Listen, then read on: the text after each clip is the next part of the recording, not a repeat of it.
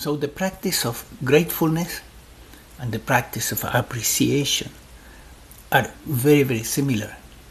In fact, you can practice one or the other, and one will turn into the other. They are in the same vibration, so to speak. And why this practice is so powerful? It is powerful because it transcends the search and the seeker.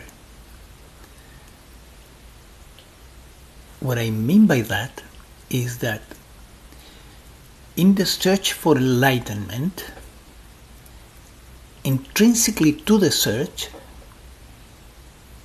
there is a certain suffering, because you will go through periods of time where you will feel perhaps very enlightened, and other times that you will not. And this creates suffering. This I got it and I lost it. But the practice of gratefulness and appreciation transcends this duality. I got it and I lost it. And I got it again. And why is that? Because in being grateful and in appreciating, you are not aiming to get something. You are aiming to recognize something that is already. There is something beautiful and you appreciate it. And you may comment, wow, that is so beautiful. And that makes your heart sing, of course.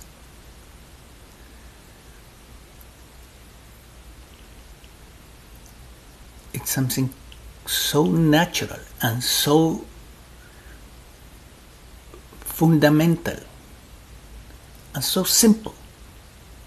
It is such a simple practice to go through the day appreciating and expressing gratefulness for anything nice that is happening in the present moment.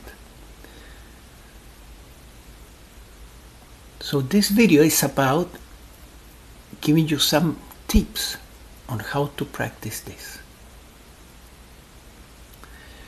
The first one is, do not be over concerned about whether you are practicing appreciation or gratefulness, or sometimes one and sometimes the other. Both are fine. Whatever spontaneously happens, just follow that. Second, the feeling of appreciation, the feeling of gratefulness leads to other feelings. Notice that. What type of feelings? Divine feelings. Well, appreciation and gratefulness, of course, they are divine feelings. But they lead to also joy, bliss, and love. Just notice that. So when you practice for some time appreciation and gratefulness, you feel elated, enjoy, and even bliss. Is that the goal of the practice? No. Don't chase bliss. The goal of the practice is to develop a grateful heart. To feel gratefulness and appreciation for whatever beautiful is happening in the present moment. As simple as that. Which is the opposite of I am a victim. And if you feel a victim in life, if you feel victimized, this is the practice for you. Because it's going to destroy that feeling of victimization. You will overcome it. And with feelings of victimization, it's very difficult or impossible to move forward spiritually. So if you are in that group, if you have feelings, pending feelings of victimization, of having been a victim because of your parents or whatever, practice this. It will help you immensely and you will overcome those feelings. There is always something beautiful in the present moment to appreciate. Like the beauty of those flowers. Like the fact that it's warm here and outside is cold, or it's fresh here, there is air conditioning, and outside is very hot. There are so many reasons to feel appreciation. Use this question. What is now that is positive, that is beautiful, that is something that I like? And focus into that. Focus the attention into that one positive thing. Perhaps there are many others that are not that pleasant, but that one is good. That is where you want to have your focus. And then you appreciate that. And when you appreciate, metaphysically, you raise your vibration and you attract more blessings, so to speak. So in metaphysics, not personally into metaphysics, but it has its place in the whole thing. In metaphysics, when you appreciate, when you say thank you to the divine for whatever, you are raising your point of attraction and good things begin to flow towards you.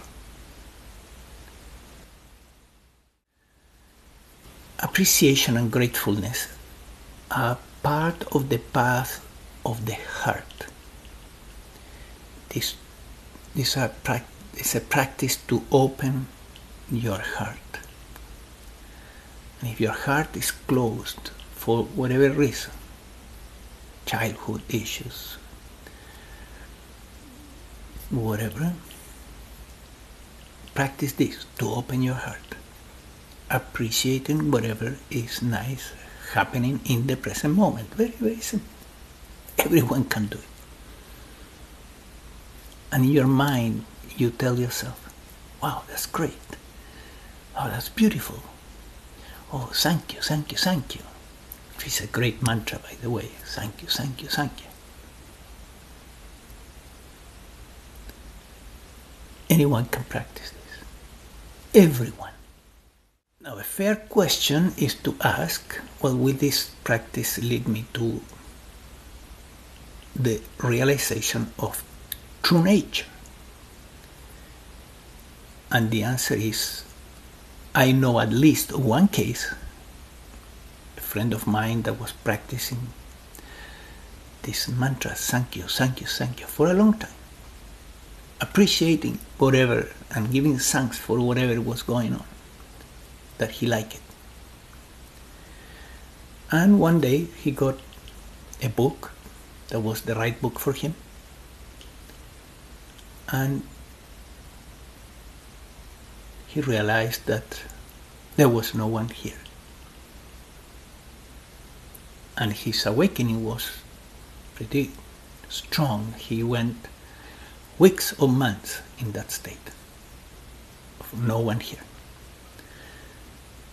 So the practice of gratefulness and thankfulness and appreciation prepared him, prepared his heart and made him ready for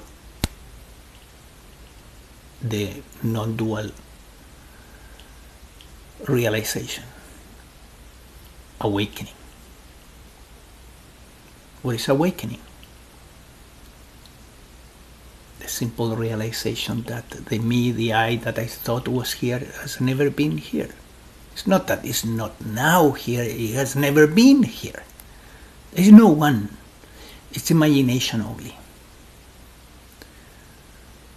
There is consciousness, of course, there is awareness, but there is not an I here with a separate existence. No.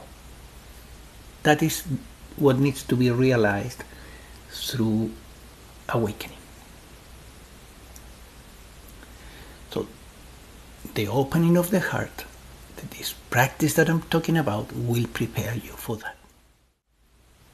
Now, is it useful after awakening? Yes, very much so, because during the period between awakening and liberation, you have to work at stabilizing the sense of no self.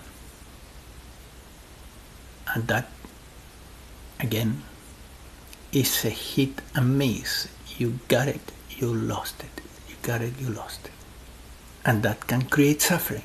So with this practice of thankfulness, gratefulness, appreciation, you transcend your search for liberation, final liberation. You transcend it. And you open the heart, which is also necessary for ultimate liberation, of course. So this practice has a place before awakening and after awakening. In the present moment, realize this. There could be some things that you don't like, but there is probably also things that you like. Whatever you like, focus into that and say thank you. So simple, right? And this can be brought to an extreme.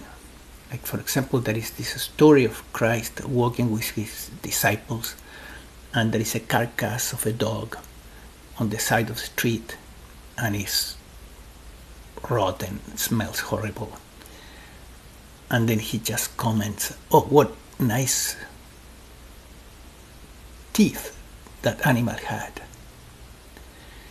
He was capable of focusing into the one thing there that was nice.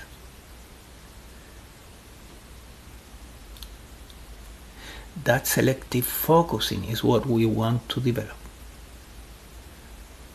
And of course, he was teaching his disciples through that experience the value of selective focusing into the positive.